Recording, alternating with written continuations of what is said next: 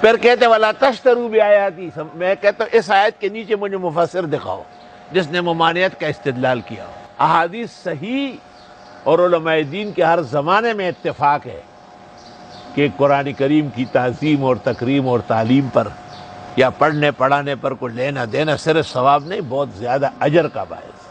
تو ناظرین اکرام، یہ تھے مفتی ظفر علی خان صاحب۔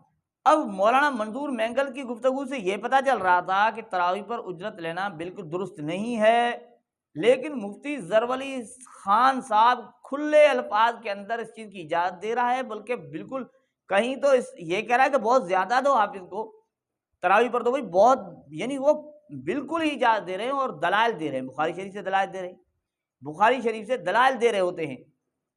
اب آپ اندازہ لگائیں کہ مفتی ظفر علی خان صاحب اس چیز کو بھی مانتے ہیں، اس میں کوئی شک نہیں کہ تمام بزرگوں نے اس کو منع کیا ہے، اس چیز کو بھی مان رہے ہیں۔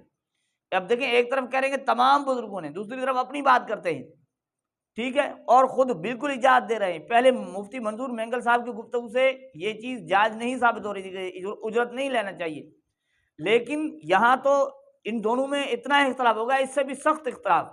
مفتی طارق مسعود صاحب اس سلسلے میں کیا کہتے ہیں، ذرا اسے سن لیجئے۔ حافظ لوگ تراویح کی اجرت لیتے ہیں نا، یہ حرام ہے، خوب سمجھ لو، تراویح کی اجرت لینا حافظ کے لیے حرام ہے۔ مفتی ظفر علی صاحب ہمارے لیے قابل احترام ہیں، مگر ان کا تراویح کے بارے میں جو اجرت کا فتویٰ ہے 100% سے بھی زیادہ غلط ہے۔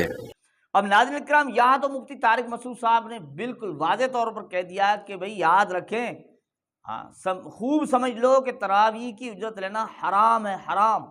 اور نام لے کر مفتی ظفر علی خان صاحب کا نام لیا کہ مفتی ظفر علی خان صاحب ہمارے لیے قابل احترام ہے، مگر ان کی تراویح کے متعلق جو فتویٰ ہے کہتا ہے 100% سے بھی زیادہ غلط ہے۔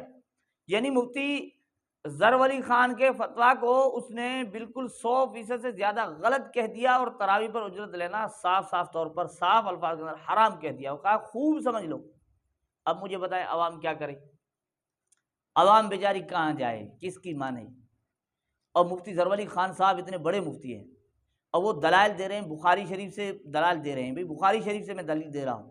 دوسری طرف مفتی منظور مینگل صاحب کی گفتگو سے بھی منع ثابت ہو رہا ہے، ناجائز سمجھ میں آ رہا ہے۔ لیکن مفتی طارق مسعود بھی اتنے بڑے مشہور مفتی ہیں، بڑا نام ہے ان کا، بہت ہی مشہور ہے، بہت سارے لوگ اسے سنتے ہیں، وہ کہتے ہیں بالکل حرام ہے۔ اب مجھے بتائیں، اب رمضان المبارک کا یعنی مہینہ قریب ہے، اب حفاظ کرام تراویح پڑھائیں گے، کیا کریں، کس کی مانے؟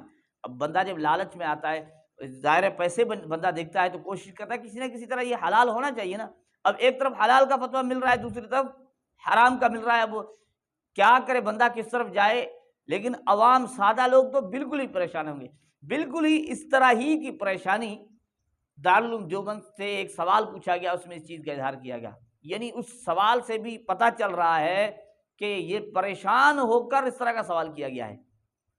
ظاہر ہے اس پوزیشن میں تو عوام پریشان ہوگی نا۔ اور وہ سوال کیا ہے، پھر دارالعلوم دیوبند کا جواب کیا ہے، وہ بھی سن لیجیے۔ سوال پوچھنے والا کہتا ہے کہ اس وقت واٹس ایپ پر ایک میسج گردش کر رہا ہے مفتی ظفر علی خان صاحب کا۔ اب دیکھیں وہی بات ہے کہ حافظ قرآن کو مالا مال کرو اور زیادہ سے زیادہ 1 لاکھ روپیہ دو، اور وہ بخاری سے ثابت کر رہے ہیں، یہ بھی بات سن لکھی۔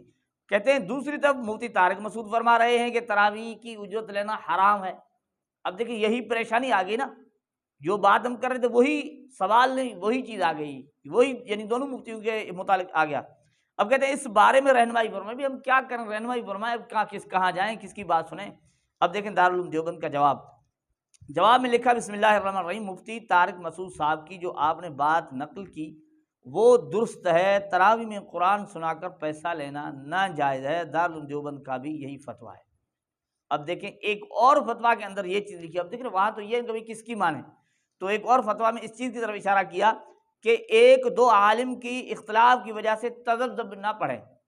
اب یہ اس طرف اشارہ ہے کہ کوئی 1 یا 2 اس طرح کا اختلاف کرتے ہیں تو 1-2 کی اہمیت نہیں ہوتی، اور اس چیز کا خود مفتی ظفر علی خان صاحب نے اظہار کیا کہ تمام بزرگوں نے اس سے منع کیا ہے۔ ایک طرف یعنی سارے علماء ہوں، سارے بزرگ ہوں، اور دوسری طرف کوئی ایک اپنا ذہن بنا لیتا ہے تو بات کھلی ہو جاتی ہے کہ بھئی علماء کثیر تعداد میں جس طرف فتویٰ دے رہے ہیں، علماء جس چیز کو سارے کے سارے ناجائز کہہ رہے ہیں یا حرام کہہ رہے ہیں، وہی بات ماننی چاہیے، اس پر چلنا چاہیے۔